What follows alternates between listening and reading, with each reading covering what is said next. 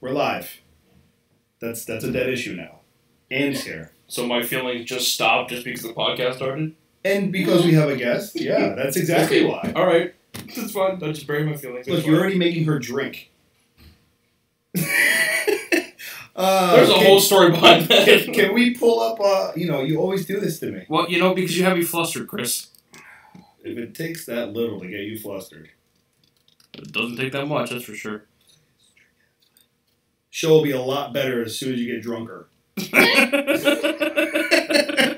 What's up, everybody? Thanks for hanging out with us. And Ann Mahoney, from, as you know her, obviously from The Walking Dead. Want to say hello to everybody?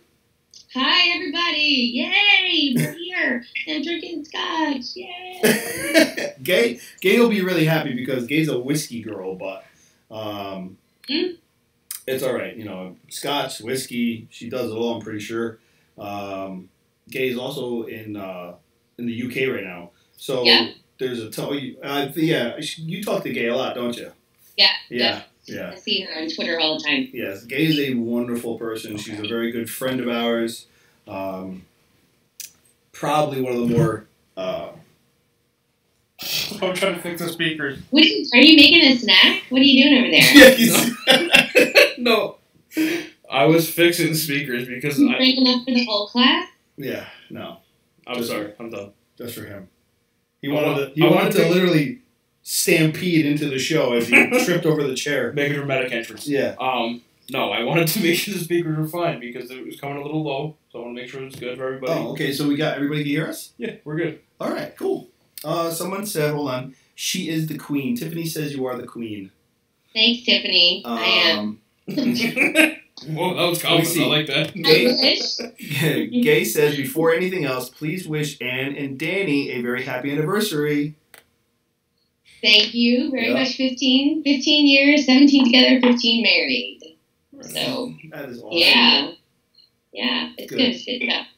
I like to these days. That's great to hear. Yeah, I'm not trying to shit on anybody's decisions in life, but it's good to see longevity. You're having problems with words tonight, right? Honestly, it's longevity. It's 8:00 at night. It's been a long week. It has been. So anyway, let's talk about you. So grew up in New York. Actually, well, you were born in New York. For those of you who don't know that, Ann is originally from Rochester. And then you ended up going down to New Orleans? Yeah, my daddy is a jazz musician, and when I was born, he was at Eastman getting his master's. Okay. In Rochester. Yep. And his job, the first job he got out of school was as the head of the jazz program at Loyola University in New Orleans. So when I was 2.5, we moved down to New Orleans. And that has been my home, and it's definitely my home and my favorite place in the world since then. Very cool. Wait. Is that those speakers doing that again? Are they tweeting? They're tweeting at you. They are. If that's that better. You hear it, right? Yeah. Are we getting any kind of feedback over there, guys? Me? Not me. I'm okay. I'm making sure they're because what happens is we get some feedback problems and then it blows everybody's eardrums out when we're listening on YouTube. One thing that our podcast is absolutely known for is technical difficulties. Like we are, that is our shtick. It's like, you know, you said comedy is like one of your fortes. Well, technical issues are ours. Yes, so it's true. I like it. Own it, right? You sound like you're in a tunnel. Me? No, us. See, we had that issue last night too. Yeah, I thought open the door would. It's okay. We're gonna muscle right through this. We're not going to phase us. No, it's exactly what we're gonna do. So since The Walking Dead, what you been up to? What you been doing? Nothing. No. A lot has happened since Walking Dead. I did Sun Records. I played Glass Presley, Elvis's mama. Yep. On that was 8 episodes. It was a lot of fun. And I did a Steven Soderbergh film called Logan Lucky. That was a blast. I did 2 films, both of which are premiering at the New Orleans Film Festival next weekend. True Don Quixote with Tim Blake Nelson, who you guys would know from a lot of Coen Brothers stuff, and from Oh Brother, Where Art There? We Thought You Was a Frog.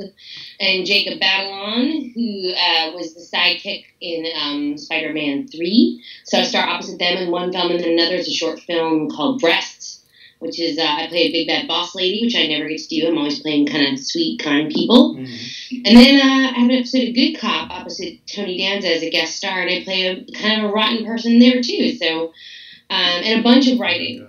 So yeah. So Busy. Busy's good. Yeah, we like Busy. Yeah, Busy's very good. Have you kept up with the show at all with The Walking Dead? Yes.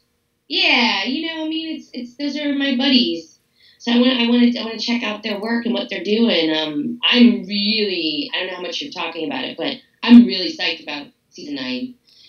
After seeing the first episode and seeing it's a little breath of fresh air. It feels new. It feels exciting. I'm really excited that there's a female showrunner. Yeah. It's about time. And the cast is real excited. You can tell. So that's neat. I'm enjoying watching it. Yeah, it's one of the things I think that's brought freshness to the show is having Angela Kang, right? Yeah, Angela Kang. Having her kind of take the reins, and who I guess was obviously, from what I've read, was taking control of the show back in season 4 and 5 and everything like that. Yeah. That's when the show was at its peak. Yeah. Seriously. So to know that she's back in that saddle, I think made a lot of people rejuvenated. Felt a little bit better. You have a little bit more hope for it. You know what I mean? It just yeah. Because look, and it's not just my opinion. A lot of people, a lot of fans. Season 8, it just kind of dragged and tanked. And and that was no fault. That's no fault of the actors. No, they have to perform on what's on paper. Yeah.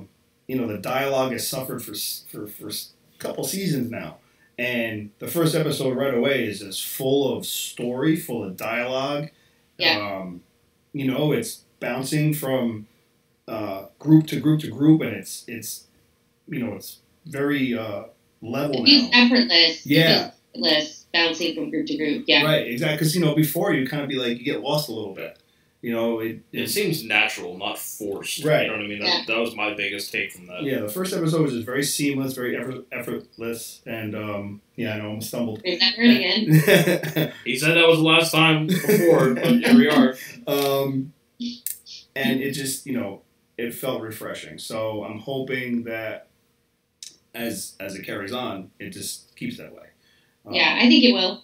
I think it will. The cast is really excited. I've gotten to talk to them at a couple cons, and they're really excited. So I'm enjoying watching it. I love the new opening credits. I think love it's it. Great. I think that's one of the biggest takeaways from besides the episode itself, everyone loved the opening credits. I see. I went on Twitter and I saw a lot of people bashing it too. Really? Yeah.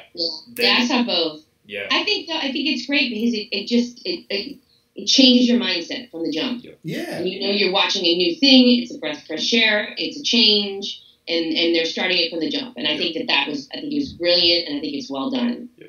I think it was a smart move because, like you said, Ann, I think it just kind of it lets you know from the get go, hey, this is a different season. It's going to be a different show, and it just kind of it showed that it was separate from what happened before. Yeah.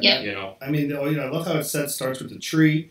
And then as the tree develops and everything like that, you have that church mural glass. You know what it almost reminded me of? You've watched Game of Thrones, right? Yeah. It almost reminded me of something similar to that.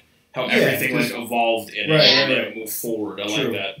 Yeah. That everything that you need to know is kind of in there. Yeah, exactly. Yeah. The little thing with, the arrows in the skull, obviously leads to Daryl and all that stuff. So pretty cool. Yeah. All right, so we're going to dive into some viewer questions. All these people who were hanging out that wrote you a question. First one is from Jeannie Mercer in Texas. Her and her son Nick are watching, I believe, right now. They would like to know, would you have wanted to come back as a walker after you got shot? No. I actually love Olivia's death. I think it's appropriate that such a sweet person who was really good down to her core didn't have to have, after a violent end, didn't have to then come back and have another violent end. I just think it was really appropriate the way that she went, and she wasn't tortured any further. And actually, when they told me that was how I was going to die, it was like, they're like, it's going to be lights out. I asked specifically about if I was shot from that angle, like with this kind of gun, because I don't know, what would be the fall? And they're like, it would be lights out. There would be no like, oh, I'm dying. It's like, boom, lights out. And I think that that's a very gentle way, even though the death was violent, but it's a real gentle way for someone who's really kind to go. So and plus I didn't have to wear the freaking contacts. So no, that's true. Yeah. I don't wear contacts. Can't do it. Can't get them in my tiny eye. I don't blame you because, my sister, she's 17 and she loves her contacts, but I'm like, it freaks me out to try to poke myself in the eye. And you have like an actual eyeball. I have like negative eyeball. Like there's like no, like the way that I got have little peeper openings. My eyeball to try to jack a contact in there. The scotch is in effect. Yeah, the scotch is in full force. The scotch is in full force. Cheers. No, I'm just like this. This is one scotch. Please tell her Nick says hello and loves her. She's a fair person ever. Oh, all right. Michelle. So yeah, I have some requests here. So Michelle, her name is Whole Lotta Crazy on Twitter. Hey. She says, please tell Nick says hello. It's her son, and I know Nick. And he loves her. She is his favorite person ever. Oh, I love him too. He's so precious. He's like a little farm boy. Yeah, right. He's got his own little Instagram workout page now. Yep. Does he? I'm like, look at this kid go. He's a sweetie. Also, Lucy says she wants you to know that tell Ann that she is 50% more into you now. So. Oh. Do you get that a lot now? Is that like something that's stuck? Yeah, all the time. Yeah. All the time. I get that a lot. 50% more into you. I'm like, okay. Yeah. It was a great line though. It's a great line. It's true. It's straight out of the comic book. Yeah. Second question from Jeannie and Nick. If Negan asked you, would you have wanted to be one of his wives? No. No. No. No. I don't think. I think that obviously, beyond being a dangerous guy, he is charming. Negan is charming, and I'm sure there is some small part of Olivia that was a little bit flattered. But it's also like, no, I don't think she likes bad people. I think she's a good, kind person, and she wouldn't want to be under the control of somebody who was that evil. Yeah. Yeah, I couldn't see Olivia being a part of the harem. No, he would have her like making food. I think she'd be up in the kitchen. Making lemonade. Yeah, look, you gotta have a good cook, right? Shoot. Yeah. Okay, Linda. Now, Linda, oh boy. Linda's got... I'm going to have to bounce around because Linda's told you she's an animal when it comes to the questions. Okay. I think she's got like 12 questions here for you. So she got that French spirit. We're gonna mix it around a little bit. I know Linda's not watching right now, but, Well, in her defense, it is now like 3 a.m. or something, isn't it? Probably. Yeah. So Linda says, how would you handle... So wait, you watched the last episode? The first episode of 9? Okay. Yeah. So she wants to know how you would handle the situation with Gregory. Was the hanging necessary? I think this is tricky, and I think this is part of what's going to make season 9 so interesting. Is like, how do you, where there's no democracy, there's no actual government, there's no overriding laws and moral code, how do you conduct yourself? Mm-hmm. So, do I think it was necessary?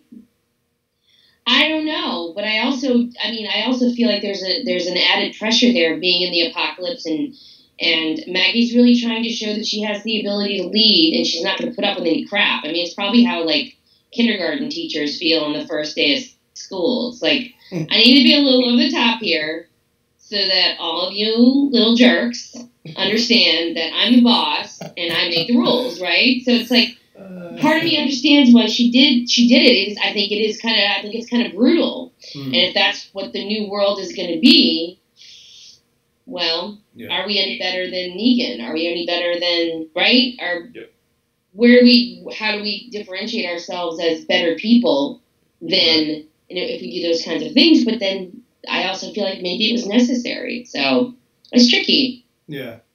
I actually saw a really compelling argument that someone made online, basically saying that there's no difference between Rick and Negan, except for the fact that Negan is upfront honest about what he does.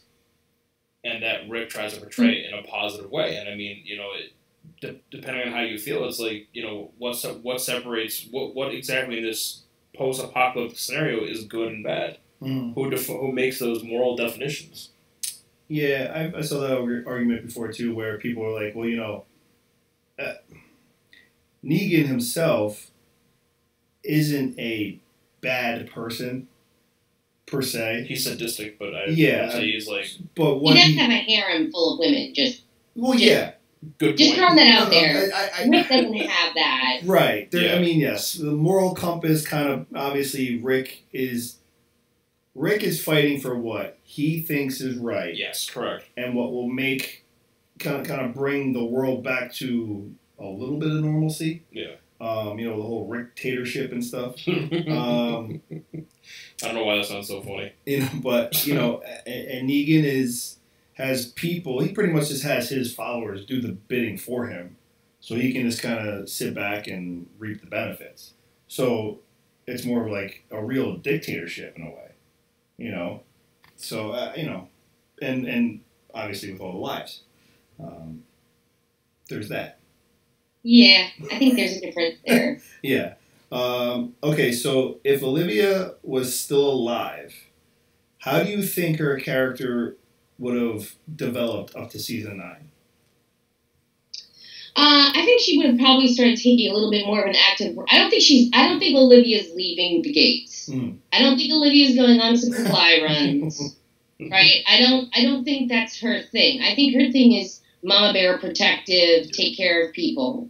So I think that if she was still there, she'd be like baking bread and taking care of kids. Like, I think that's where her strengths lie, and she's a quieter badass. She's not going to go out there but if someone were to come in now, I do feel like she's in the place where she would protect the kids. She would protect whoever was there if they came to her. But she's not going to actively go out and seek.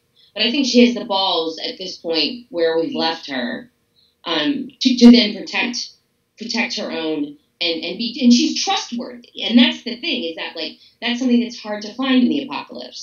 Is someone who's trustworthy. And so, I think that becomes her role, is that she's solid. She's trustworthy, she's solid, she might make a mistake, but it's not going to be on purpose, or she's not trying to hurt anyone, and she doesn't have ulterior motives.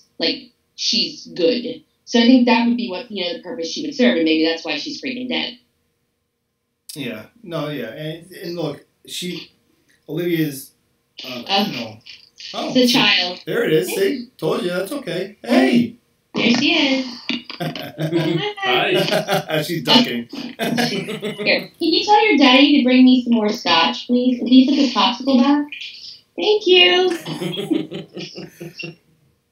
Love it when I love it. This is the next generation. Perfect. Okay. Yeah. Tell Daddy Mommy needs scotch, okay? Bye-bye. I'm sorry, that was funny. Parenting 101. Yep. Always make sure Mommy has enough scotch. Yep. It was very sweet, though. She brought me a popsicle, and I was like, I don't want that. I would like some more scotch. Right. Put the popsicle in the scotch, and you'll melt a little flavor in there. There it goes. It might actually be pretty good. It's like a raspberry popsicle. See? You really nice. bring out the idea. Flavor of the scotch, I guess. I'm not really sure.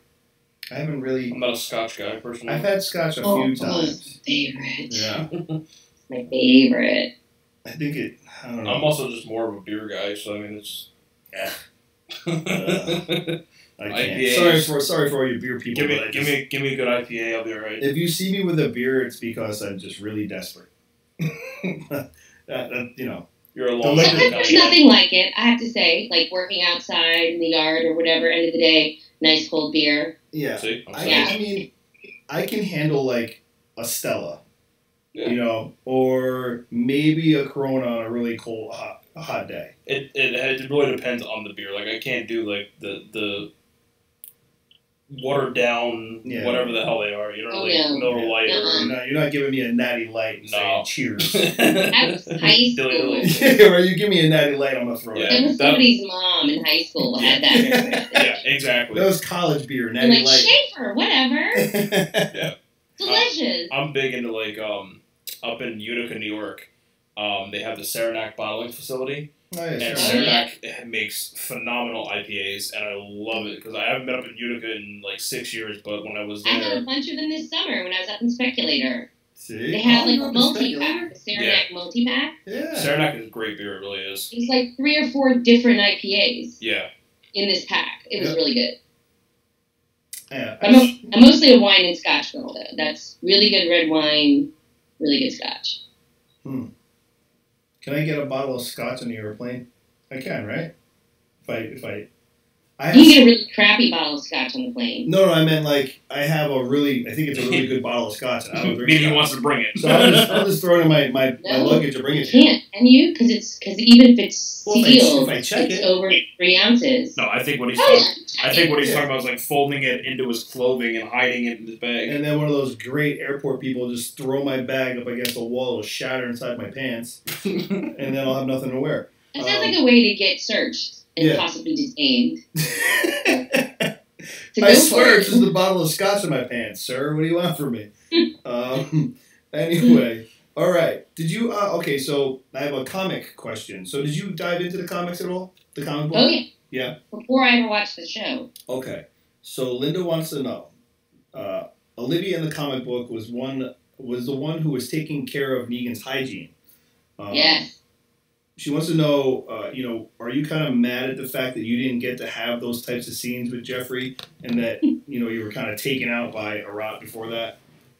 I think people's perspective of what it would be like on set to do those scenes has like the theme from Ghost playing the background, and it's like very sexy, and it would be real hot.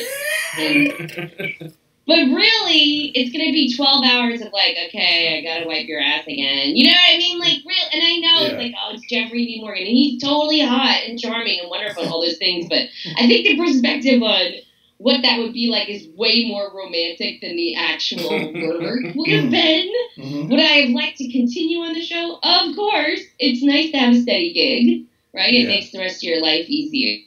So, and if it happened to be wiping Jeffrey D. Morgan's ass, well... okay. That's not really what they mean by hygiene. It's like his cutting his hair, making sure he has baths. I get it. And there's a really disturbing scene in the comic book that I'm real glad I won't be doing. Okay. I wonder what they're going to do about that. I wonder if they're going to really take pages out of that. Which scene? Oh, you don't know the scene? We're not going to tell everybody. True. I mean, I don't know. Should we? I mean, it's a comic book. It might not portray. You can tell him. I mean, it's in the comic book. Olivia does it. Shouldn't Olivia tell it? No! Well, these words never cross this. Those kind of words never cross these lips. We'll do that on a side note. We'll save that for another time. We'll tell you later. Yeah. Okay. It's that good, huh? She wants to know, what's your opinion of Carol taking over as the leader of Sanctuary? Do you think that's a good or bad idea? I think it's an excellent idea. More Carol, all the time. So your team Carol? All Carol, all day, all night, everything she wants, all night long. Give me more Carol. Carol, she's our girl. If she can't do it, get a squirrel. Carol is everything. Now, if you're going to get a squirrel, you'll probably end up with Daryl. Yeah. So. He likes to eat squirrels. Now, there's a major issue right now, and that's the fact that there's this huge war going on between the shippers of I don't even know how you pronounce Carol. I guess it would Carol.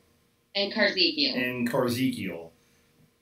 Look, you know, I think now when I look at Carol and Daryl,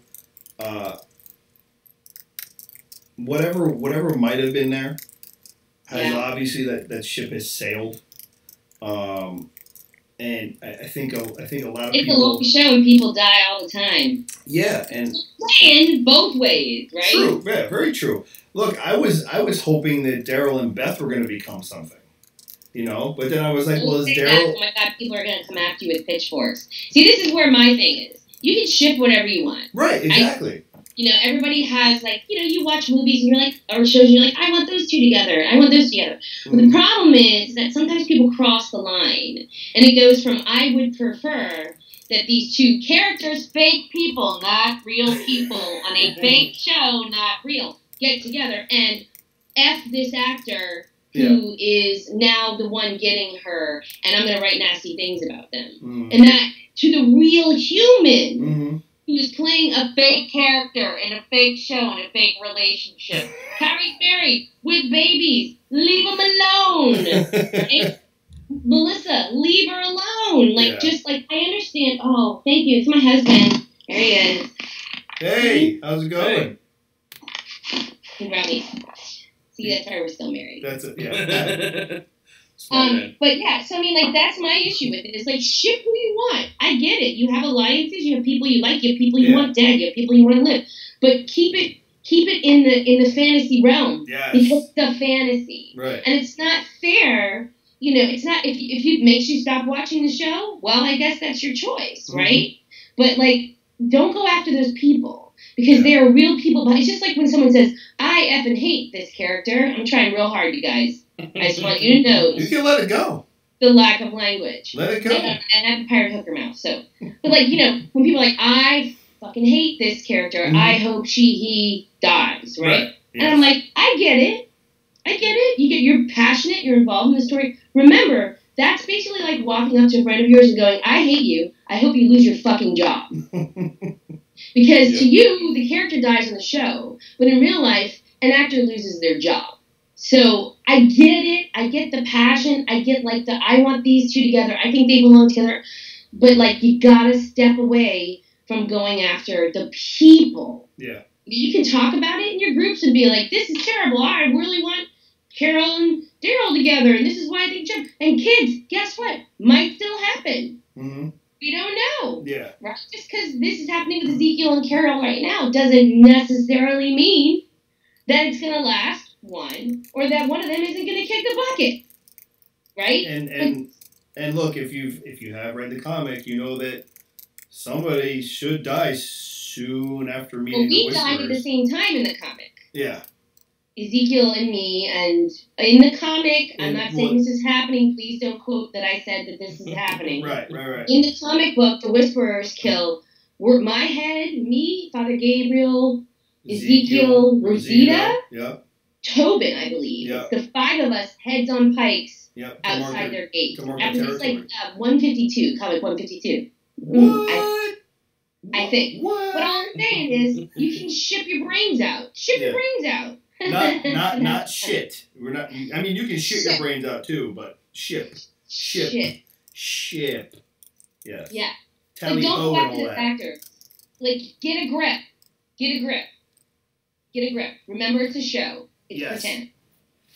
Exactly. Thank you. Now that we cleared that up. Rant over. Ship whoever you want. It's okay. We'll have more rants before the night is over. Yeah, it's okay. I'm going to skip some of Linda's, and we're going to go to Francine.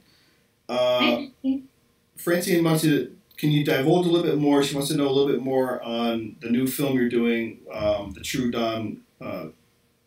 Quixote. Yeah, Quixote, sorry. It was written by a really great writer named Chris Pochet. He's most famous for, which is hysterical because he's actually a really good realistic writer too, is Over the Hedge, the animated film. Great writer. It's basically the story of, the real Don Quixote story, the old story, is a man who, is fed up that life has become mundane. He goes out seeking adventure, right? He goes out seeking those things that men used to do, slaying dragons and rescuing maidens and things. Mm. So this is set in nowhere, Louisiana, and this guy is a librarian in a trailer library in the middle of nowhere, which gets repossessed. So he loses his job, and this is Tim Blake Nelson's role. I play his niece. He lives with me. He's kind of on the fence mentally a little bit, not awfully, but just like definitely lives with his niece, doesn't have a wife, right?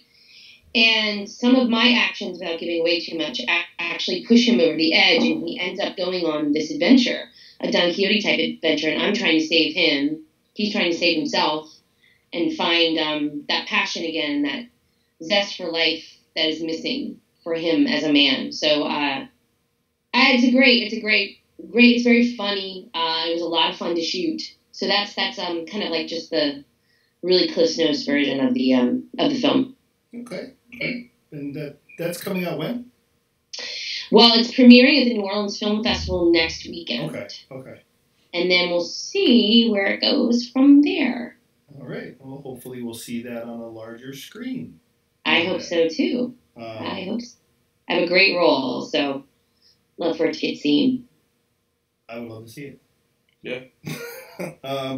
Next one from Francine. What is the greatest experience you've had on The Walking Dead? Oh, wow. I gotta say, it sounds cliche, but it was the slap day, just because, Olivia did a lot of really hardcore backgroundy backups stuff, and that was it was a real focus on me and on Jeffrey Dean that day, and he's so delightful to work with, and just everybody was so into it, so that day was a trip. It was fun. We got a lot of laughs. And, I'd say that was probably my favorite day on set.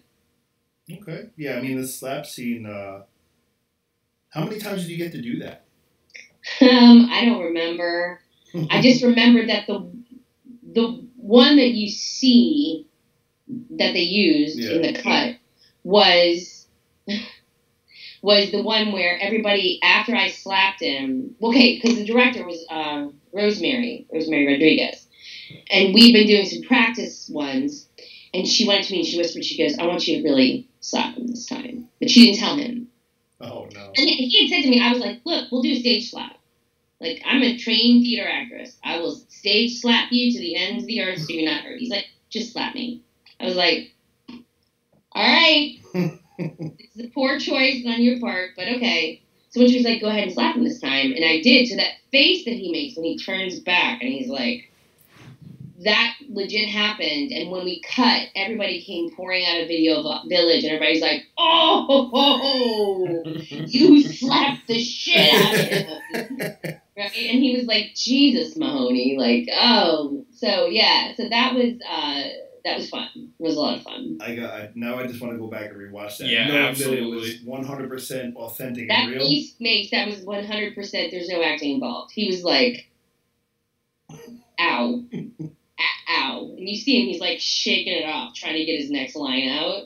And I knew it when I saw the cut. I was like, that's the one. Because I will never forget his face when he came back and he was like, go. I think I did my job.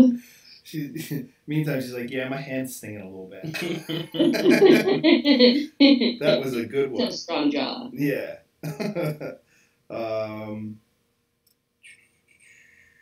We'll do the last one from Francine. Is can you talk more about Peaky Designs? Oh, thanks. Yeah, actually, Peaky Designs is it's, if you look it up, Peaky, Peeky.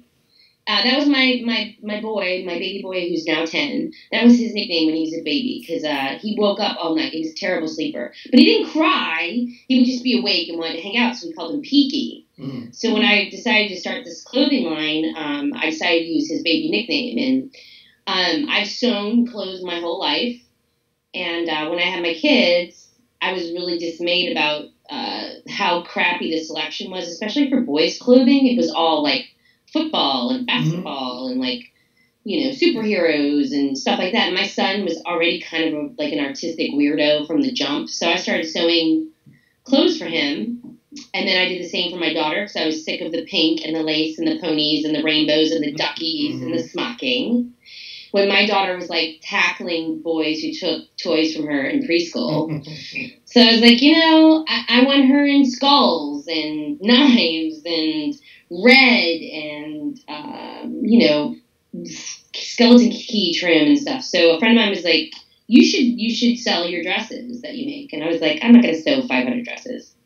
Yeah. He said, no. We hire people to sew them. You design the fabric. And so that's kind of where that's where it was born from. And the response has been incredible. Like they're like, I've been looking for this. I've been looking for this for my kids and stuff that's edgy without being tacky, without being like not appropriate for the kids' age.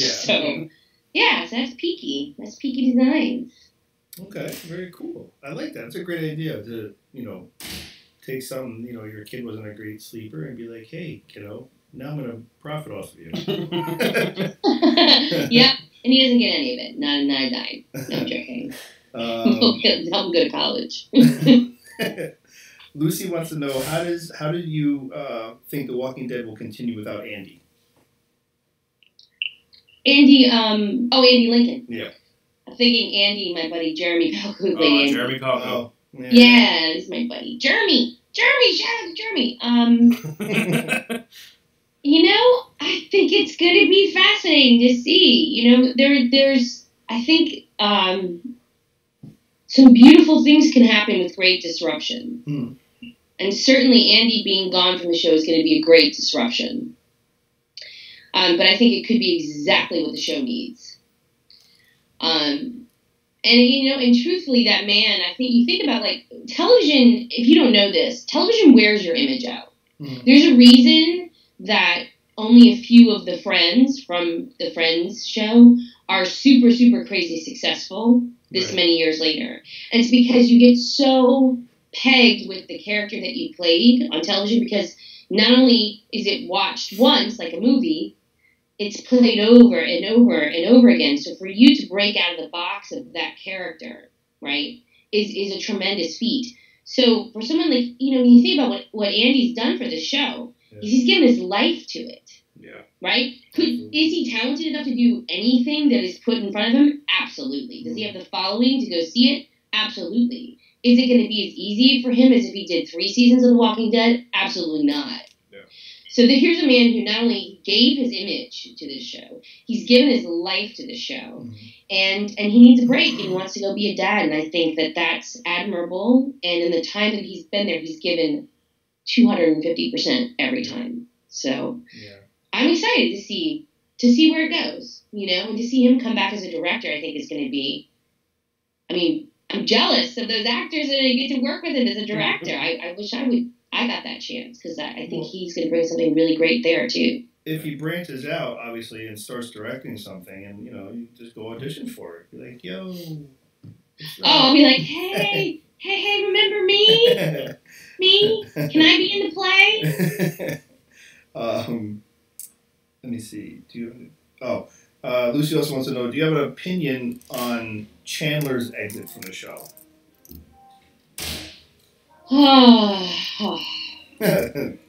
That's tough. I love that kid. He was actually one of the people I met earliest. We had an event. What was it? I mean, it had to be my second or third day on set, and they were doing the cast and crew premiere of the first episode of season 5. That's what it was. And like a local little bar place. It's so secretive that even the people who own the bar and the waiters and waitresses had to leave while we watched it. And I was kind of ambling over there, and he took my arm and was like, "Come on, you got to get inside. You're gonna get mobbed." And I was like, "What?" He's like, "Get inside. You're gonna get mobbed."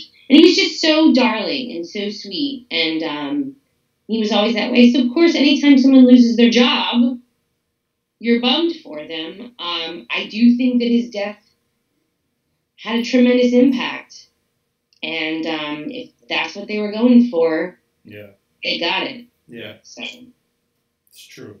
It's a very true statement. Jason D wants to know, is New Orleans still a great home base for an acting career, or do you ever consider relocating to LA, New York, Atlanta, etc.? Never. I never relocate. I can't do it. I love my people here. I love my culture. I love my home. My parents live here. My younger brother lives here. And I put everything on tape anyway.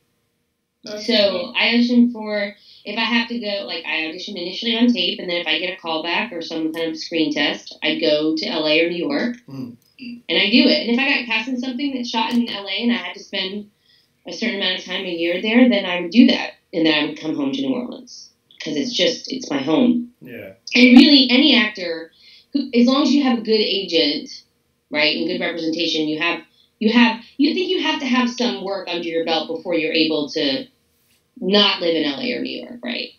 But where I'm at right now, I'm like, no, there's no reason for me to live there. I can live where I love to be and still work wherever I need to work.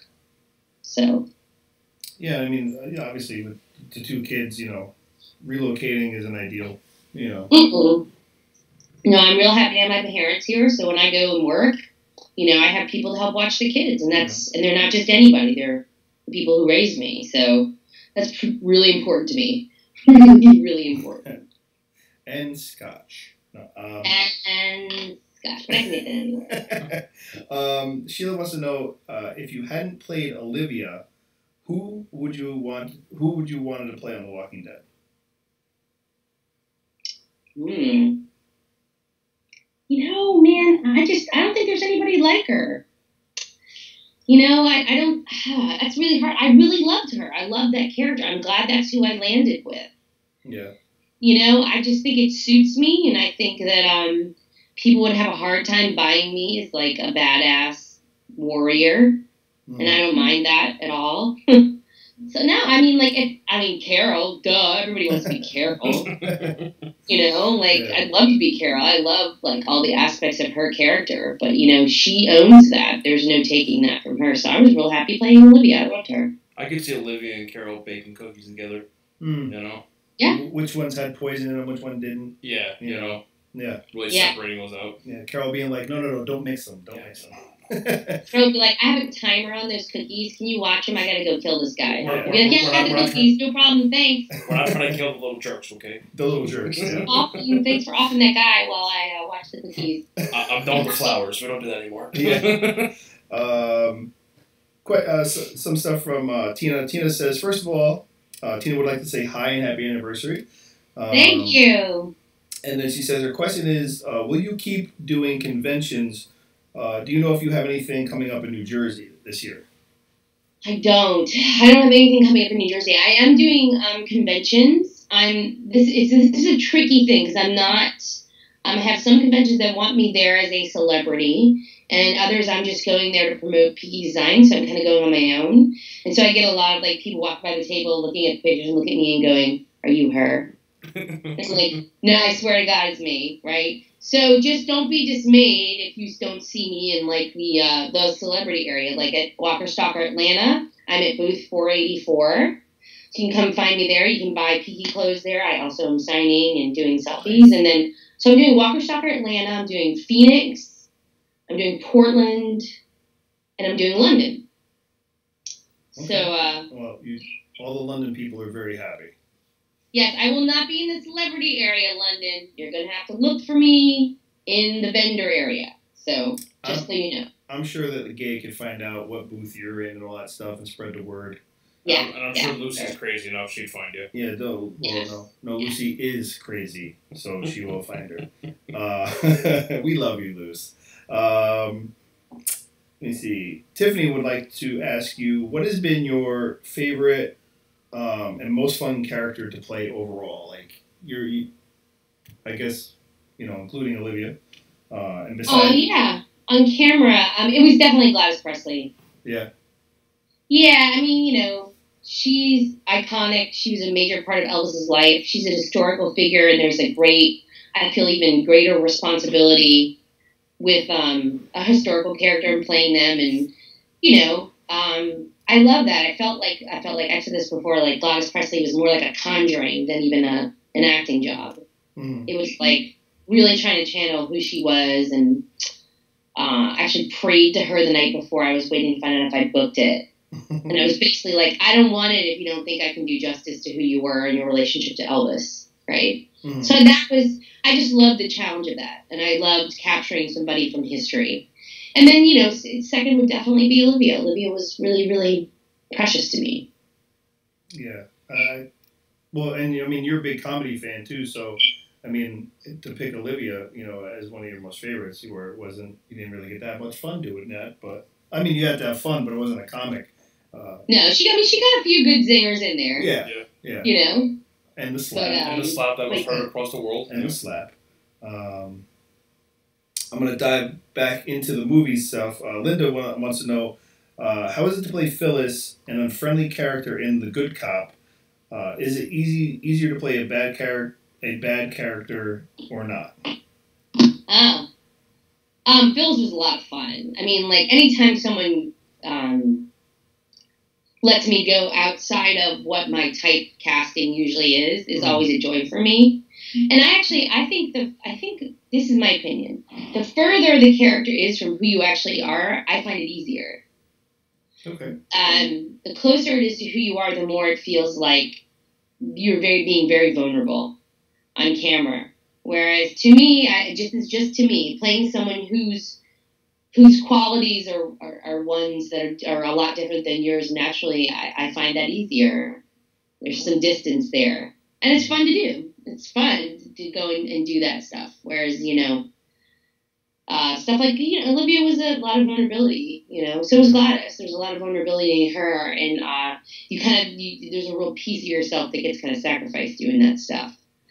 That doesn't happen in those. Although, Phyllis is also a battered wife. So, of course, because there had to be some kind of crying in it or I can't do it.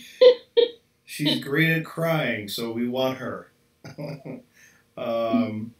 Gay says, wants to know, as an acting teacher, I said action, I know. As an acting teacher, what is the first thing you tell those joining your class?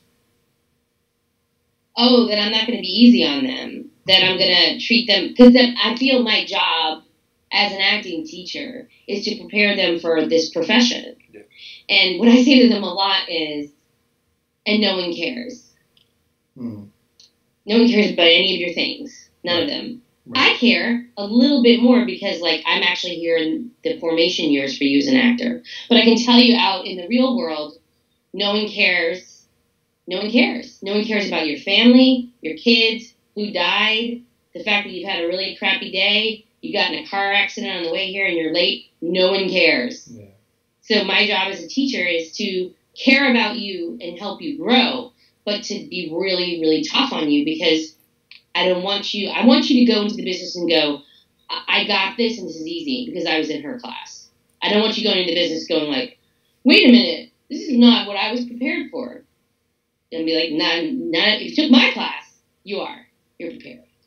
So that's what I tell them. Tough love. Yeah. That's what I tell you every day. Tough love, man. We're not going to get into that. It's not tough love. He's a bully. Just slow blinked a little more. That would have been a very funny moment. You just you kind of give him like one of these, and you need to give him a real slow blink. Yeah. And then look, yeah. That was your opportunity. Just FYI. Wow, I just got acting advice from Ann Mahoney. Yeah. I mean, wow. Next time, slow blink, and then I'll laugh at you. He's a bully. Don't let him fool He's full of crap. I get bullied all the time, and everybody sees it.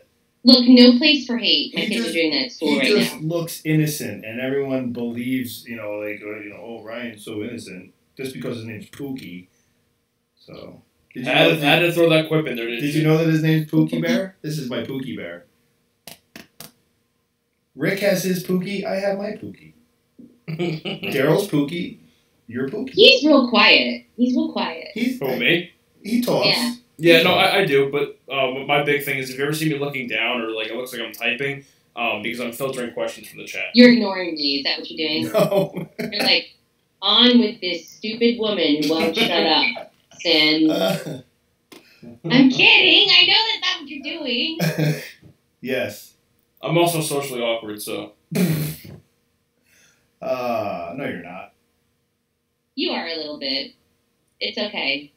It's kind of sweet. It's a good balance, right? If you were both the same, it wouldn't work. Yeah, it's a good balance. He wears his camo hat to hide his face. No, I do it to hide my balding. You're not bald, bro. You're just... Balding. Oh. My hair is thinning. My hair is running away from my face. See, he's funny. I love it. He is funny. Oh, goodness. All right. Thank you.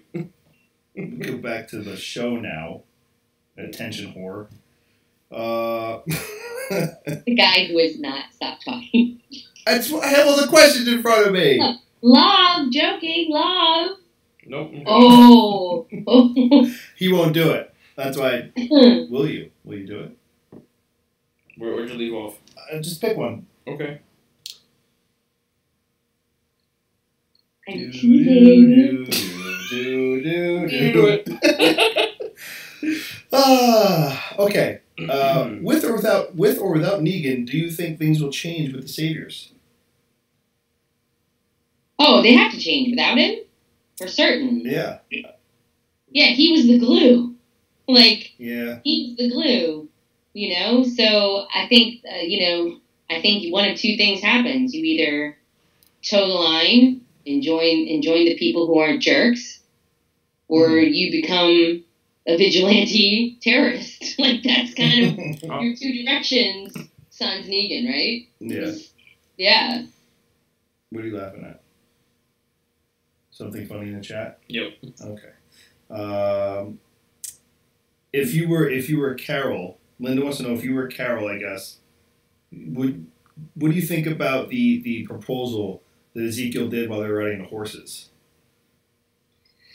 I think anyone who's been through what Carol's been through, no matter how she feels, is going to be cautious and scared. Because, it's one thing to, have a little romance, and then they freaking die. Yeah. That sucks. Right? It's another thing to take that extra step and say, I'm going to be with you forever. Yeah. Let's get married. And then they die. Which we all know when you sign on to the zombie soap opera, chances are, at some point you're going down. So, I can definitely see her hesitation. Because there is something too when you take that step and you're like, forever, us. And then it gives it some meaning and some depth that would be that much more devastating if one of them goes. Yeah. Obviously, with everything going on, Daryl has had a lot more to say, especially in the first episode of season 9. Right? He speaks! He speaks. Amazing. I think everybody was, there was a lot of funny comments, people saying that for once they didn't have to, watch the episode with closed captioning on. So that they actually knew. It's true, though. I actually did it. I put closed captioning on, and I was like, so that's what he said. Oh, okay.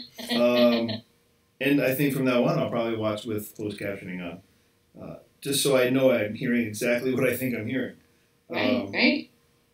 Pretty intense opening scene, too, with going to D.C., and dragging the damn thing over the glass. Yeah. I would have just been like, look, this is just not going to work. It's just not. Yeah. And the whole time you're going, don't do it. Don't do it. Don't. Yeah. And I mean, look, Ezekiel falling through, I didn't think he was going to obviously die there. I thought he was going to get scratched. I did too. I think it's foreshadowing. Yeah. Maybe. I don't know. Maybe. I'm also wondering if he got bit or scratched and he tried to hide it. I don't know. I mean, there was a lot. I just like your theory. I just like it. I don't get me wrong. I love Kari. I think he's a phenomenal. No, I know. I know Ezekiel. it's not personal. But it could be right. There was just a lot leaning towards him dying soon in that episode for me. There was a lot of symbolism and foreshadowing, and especially with with everything going on with Carol. That was my heart. Yeah. And I mean, with that new group coming, The Whisperers. It's Oh yeah, and that's the thing. You try to tell people like you didn't like the Saviors. Mm-hmm. These guys. Yeah, they're gonna make the Saviors look like kindergartners. Michelle says, "What was it like on the set of Bad Moms?" So much fun. I want to check that out.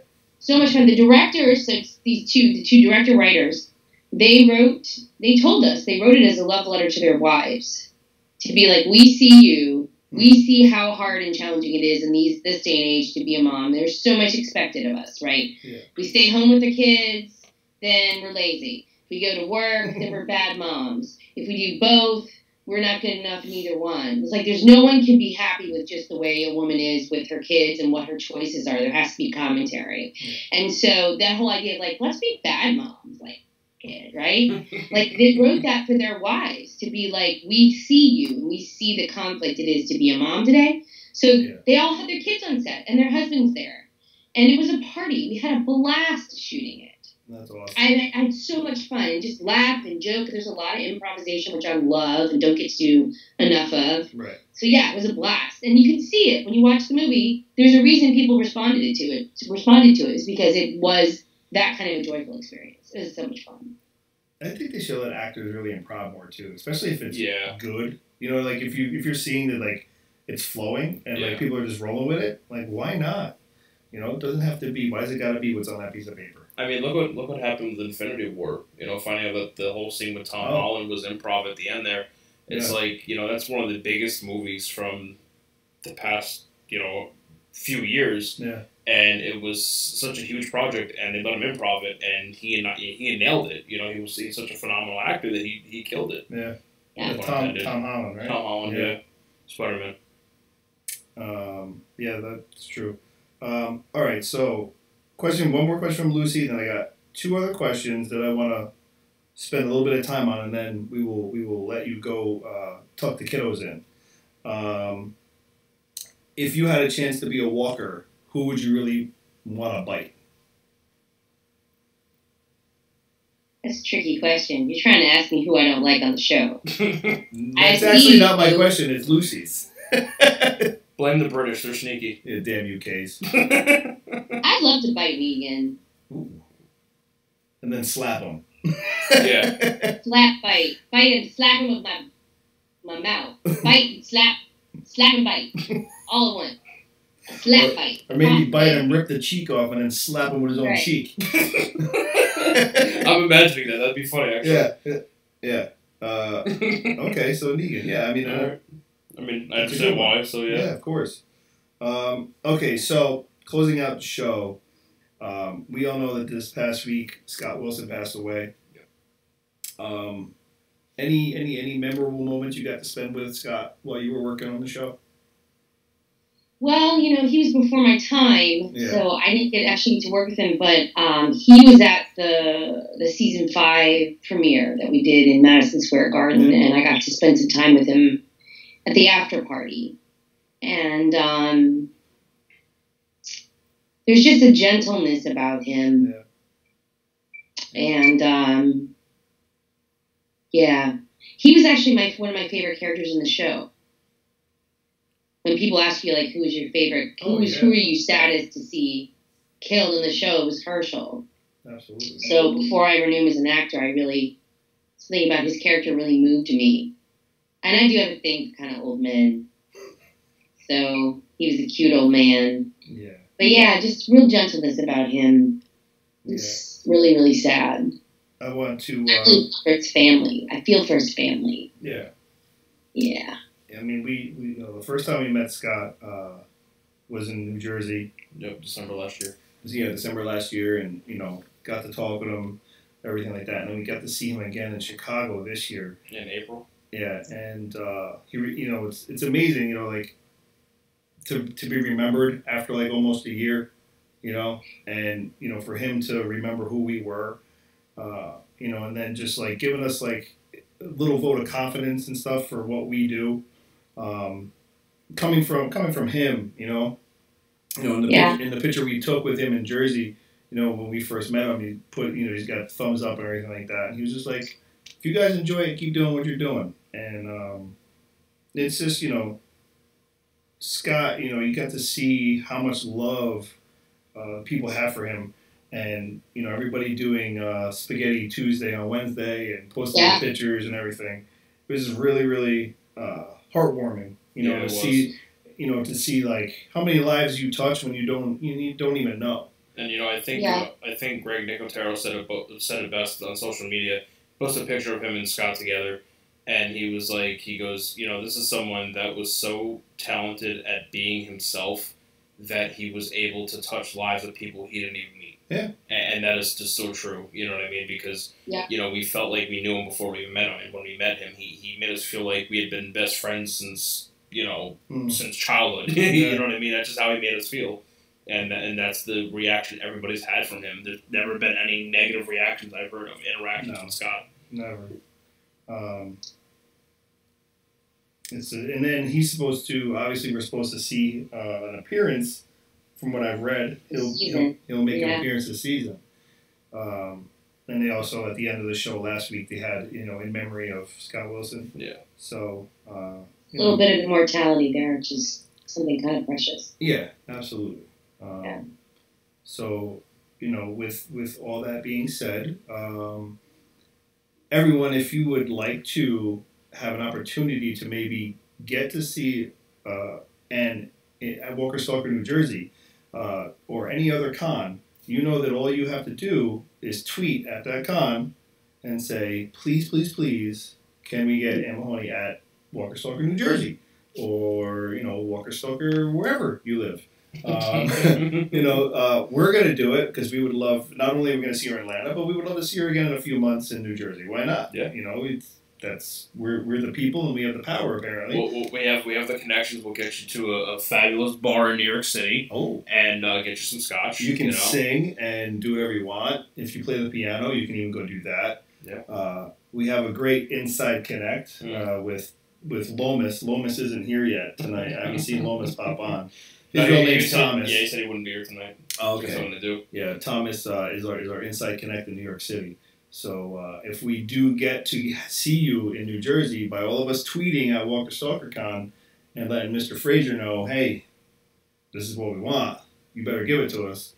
You're gonna come. We can get you to come party with us. I'd love it. And I love New York. Lots of scotch. New York. Lots of scotch. Yes. So. With that being said, we will see you in a couple of weeks. Yeah. It's exciting. It's going to be fun. Yeah. We're I'm excited. I live in Atlanta. Yeah. 2 weeks and some days. I've obviously we've been to cons, but this is Atlanta. You've been to Atlanta before, right? I mean, at the Walker Stalker? Well, I mean, we shoot just south of Atlanta. Yeah. But and, at the con itself? Yes, I've spent a lot of time there. Yeah. I'm excited. Yeah, I love Cabbage Town. I'm sorry? Cabbage Town. And I love the area, like, it's right on the Beltline. I love the Beltline. I love to walk the Beltline. Okay. There's all these great little shops there and restaurants. It's like a little, warehousey industrial area in Atlanta. I love that area. Very cool. So I'm excited. Yeah, I'm excited to go. Yeah. Plus, I have some buddies that were on crew when I was on Walking Dead that I'm going to catch up with while I'm there. Very nice. And haven't seen in a few years, so yeah, I'm looking forward to it. Yeah, it should be fun. Yeah. Can't wait to meet you in person for the first time, and then there's a ton of people we can't meet. Can't wait to see again. So it's really we're gonna actually get to be like fans this time, and not have to worry about vendor stuff or anything. And now we get to be like fans and like get the whole experience. Yeah. So we have a lot of people that we are very excited to meet that we have had on the show and have become very good friends of ours, and it'll be a really good time. Ann's one of them. She's right here. Absolutely, that's what I'm saying. What are you talking about? I'm looking forward to it. Why are you just going to cast her aside like that? I'm not. I'm including her. Oh my god. We're going to bring a shirt for you too. So we'll take a photo and we'll have you rocking one of our Beast Mode shirts. Sounds good. So that'll be good. All right. Thank you everybody for being here. Ann, would you like to say good night to everybody or good morning to some of them? Good night and or good morning, depending on where you are, and sweet dreams, or get up and make some coffee. There it is. Coffee is key. Thank you so much for your time. We appreciate it. And we'll talk to you soon. Okay, I'll see you in Atlanta. Yes. See you shortly. All right. Bye, guys. Bye. Later. All right, everybody. Thank you for being here. And next week, do we have anything going on next week? I don't think so. Yeah, we don't, huh? Should I smack you right now? This kid. You know, this is why I run the podcast and why he does technical stuff. Mm-hmm. Next week, Sunday, we'll be broadcasting live. Oh, no, I think you meant on like Wednesday or Thursday. I didn't think you meant the weekend. It's next week, isn't it? Well, yeah, technically. Don't get... No, see, technical... Next week is next week. But I think you meant... The whole week No, is I next think you week. meant like our normal spot for the podcast. Anyway, we're going to be broadcasting live during the show Sunday night from Sweet Bakes Cafe. Obviously, we know a lot of you can't make it in person, so we'll be broadcasting on, like we normally do on YouTube. We'll create an event and everything like that. During the commercial breaks, we'll be doing The Walking Dead trivia. We'll be trying to do some giveaways for everybody and stuff like that. So, wish you guys could be there, obviously, in person. And it's going to be good. It's going to be a really good time. It's going to be our first live event besides, you know, when I was in Sonoya. Ryan couldn't be there for that either. But it'll be our first live event together, and it should be a good time. We did the one from the warehouse. Yeah, that's true. But we didn't have like a. No, but it was like on. Yeah, on location. On location. Yeah, this will be on location. We'll have a crowd, and it'll be really fun. Shut up, Lucy. What Oh my did she god. say? She's like, I'll get you a guest, and I'm like, who would you get us, Lucy? And she goes, tell me how moist you are first. Tell her. Super Super what? moist. There you go. So get us a guest, whoever you want. All right, everybody. Good night. Thank you so much. We need Jeremy back. Yeah. Don't worry. I've been talking to Jeremy, so that'll probably happen. I don't know exactly when, but that'll probably happen. And yeah. We got some exciting stuff coming up. Yeah, it should be good. Good times, like usual. And obviously, we'll do as much as we can from Atlanta. But we'll talk about that when we're on our way. Yeah. We'll probably do some live filming while we're traveling. So, and it'll probably him sleeping and me making fun of him. Probably. Yeah. Sounds about right, yeah. All right, everybody. We love you. Thank you so much. We will talk to you later. Peace. Now, can I smack you? No. Can I smack you now? The video is still up. I'm trying to wait for the... Can I smack you now? Mm-mm. How about now? No, please don't. How about now? Please don't. How about now? I'll flinch. How about now? How about now?